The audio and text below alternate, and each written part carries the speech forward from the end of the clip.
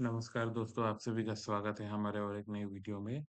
तो ये वीडियो होने वाला है स्मॉल आरएनए के बारे में, जो कि structure of RNA and types of RNA का पार्ट है। सो अभी तक हमने डिस्कस कर चुका है आरएनए के बारे में, तो ये लास्ट पार्ट होने वाला है।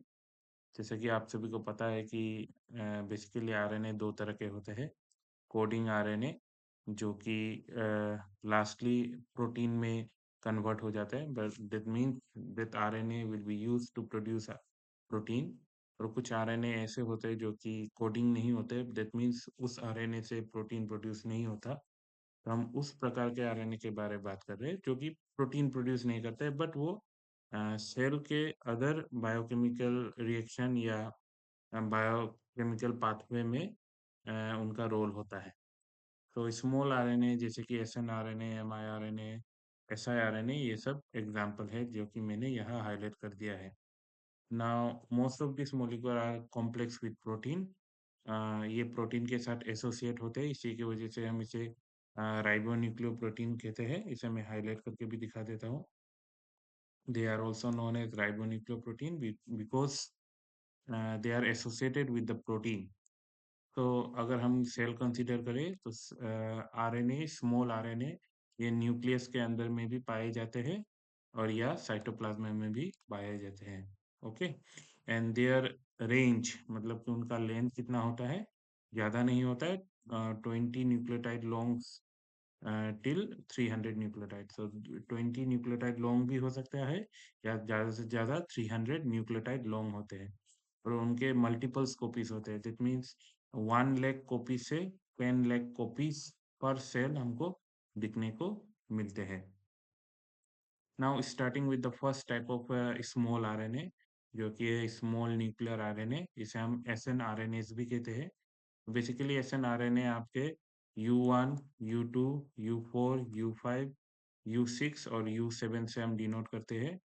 So all of these small nuclear RNA are involved in the processing of immature mRNA। तो ये immature mRNA को हम प्री mRNA या HNRNA भी कहते हैं, जो कि हमने अपने प्रीवियस वीडियो में डिस्कस किया है। अगर आपने ये प्रीवियस वीडियो देखा नहीं है तो हमारे चैनल को चेकआउट कीजिए।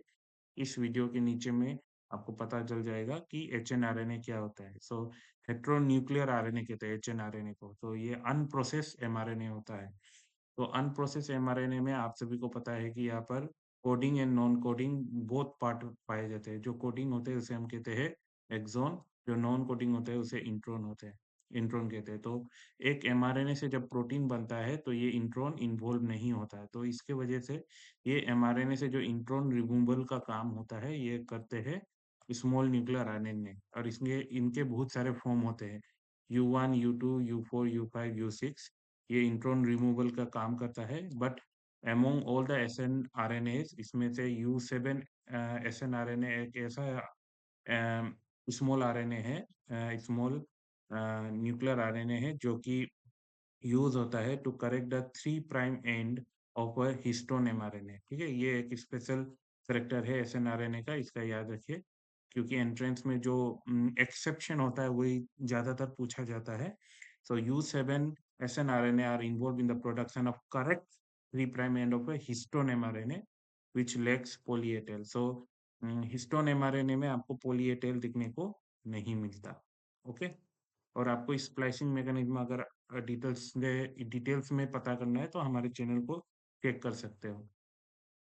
नेक्स्ट स्मॉल आरएनए में आ जाता है micro RNA. Now this micro RNA they are also non coding RNA. ये इस आरएनए से किसी प्रकार का प्रोटीन प्रोड्यूस नहीं होता है। और इसके साथ साथ एमआईआरएनए, माइक्रो आरएनए हेल्प करता है कोई भी जीन को साइलेंट करने के लिए। मतलब कि फॉर एग्जांपल आप कंसीडर कीजिए, ये है एक डीएनए, ये डीएनए से एक आरएनए या एमआरएनए बनता है। तो ये एमआरएनए का से जो प्रोटीन बनना था इसे बनने नहीं देता है। मतलब कि ये जो आरएनए है ये एक पर्टिकुलर जीन को रिप्रेजेंट करता है। तो ये जीन कब एक्सप्रेस होता है, जब ये प्रोटीन में कन्वर्ट होता है। ये प्रोटीन बनने ही नहीं देता।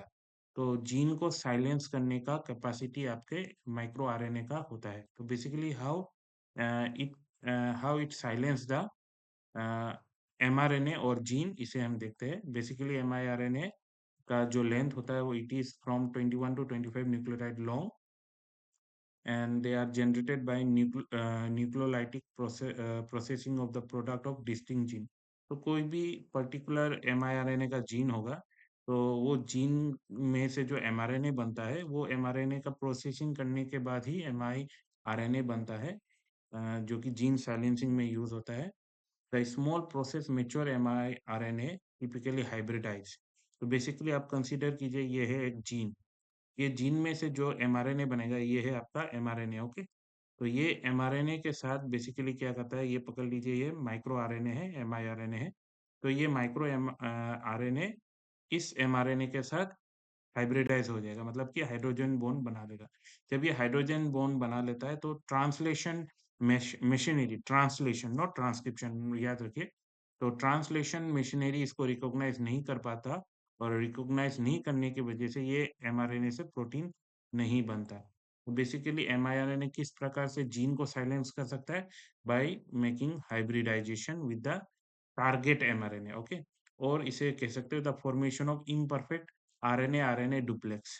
तो सिंस दो आरएनए के बीच में हाइड्रोजन बॉन्ड का फॉर्मेशन होता है, इसी की वजह से हम कहते हैं इसे RNA RNA duplex with in the 3 prime untranslated region. तो बेसिकली ये 3 प्राइम एंड को ही टारगेट करता है। ओके, तो 3 प्राइम एंड के रीजन में एमआरएनए के साथ हाइब्रिडाइज करते हैं। ओके, और ये ट्रांसलेशन मैकेनिज्म को स्टॉप करता है। और उसके बाद माइक्रो आरएनए के बाद नेक्स्ट जो स्मॉल आरएनए है वो है siRNA। Now siRNA is somewhat similar to the miRNA। ठीक है, इसे देखते थे। siRNA are derived by the specific nucleolytic cleavage of large double stranded RNA। तो बेसिकली miRNA में डबल स्ट्रैंडेड आरएनए से एमआईआरएनए नहीं बनता, बट एसआईआरएनए जो बनता है वो आपका डबल स्ट्रैंडेड कोई प्रकार का आरएनए होगा। वो डबल स्ट्रैंडेड आरएनए का जब आपका क्लीवेज होता है, न्यूक्लियोलाइटिक क्लीवेज, जब ये टूटता है, टूटने की वजह से स्मॉल फ्रेगमेंट ऑफ siRNA बनते हैं, जो कि 21 टू 25 न्यूक्लियोटाइड लॉन्ग होते हैं।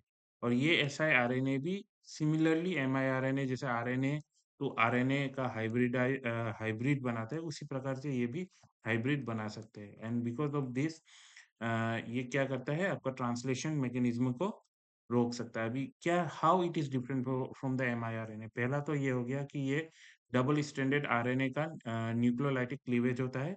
दूसरा बात, जिस प्रकार से एमआईआरएनए 3 प्राइम एंड में ही आपका हाइब्रिडाइजेशन करता है, बट एसआईआरएनए वैसा नहीं है कि 3 प्राइम एंड में ही कराएगा।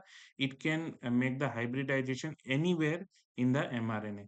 ओके, तो पकड़ लीजिए एमआरएनए ऐसा है, तो ये 3 प्राइम टू 5 प्राइम का डायरेक्शन है कि कहीं भी, यहाँ भी कर सकता है, बीच में भी कर सकता है, 5 प्राइम एंड में भी कर सकता है, कहीं भी ये अपना हाइब्रिडाइजेशन करेगा। और उसी की वजह से क्या होता है, ट्रांसलेशन मशीनरी स्टॉप हो जाता है और किसी प्रकार का एमआरएनए नहीं बनता। And sometime whenever siRNA make the hybridization with the mRNA, ये क्या करता है आपका जो mRNA के बाद mRNA के साथ हाइब्रिडाइजेशन करता है, वो mRNA क्या होता है, डिग्रेड हो जाता है या क्लीव हो जाता है, और ये क्लीवेज करने के लिए सहाय करता है।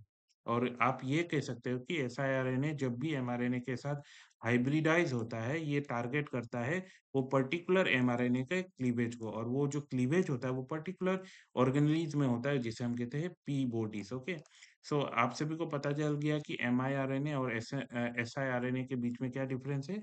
पहला तो हो गया ये डबल स्टैंडर्ड से क्लीव होके बनता है। दूसरा हो गया it can hybridise anywhere in the mRNA. तीसरा हो गया whenever it make the hybridization, it will target the mRNA cleavage, तो पर्टिकुलर mRNA को क्लीव कर देता है। Okay, so what is the significance of miRNA and siRNA? Both the miRNA and siRNA represent exciting new potential target for therapeutic drug development in human।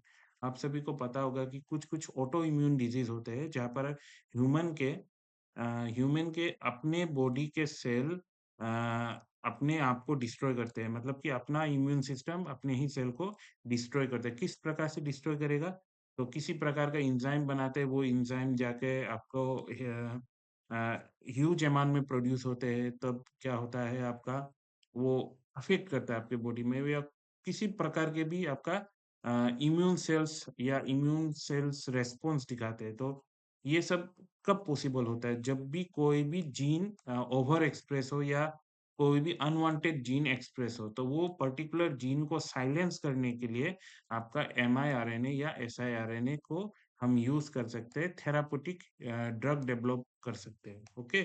So in this way you can knock down any specific gene or you can knock down any specific protein which may be harmful to any person, okay?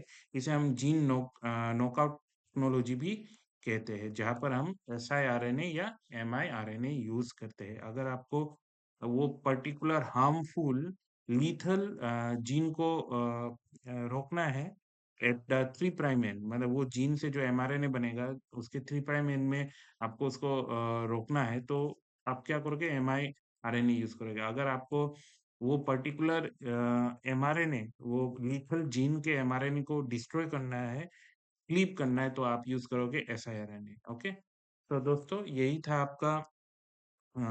आपका small RNA का discussion. अगर आपको ये video अच्छा लगा हो तो share कीजिए अपने दोस्तों के साथ, और अगर कुछ नया टॉपिक आपको जानना है तो हमारे कमेंट बॉक्स में लिखिए, मैं उसके ऊपर वीडियो बनाऊंगा। और चैनल को सब्सक्राइब कीजिए।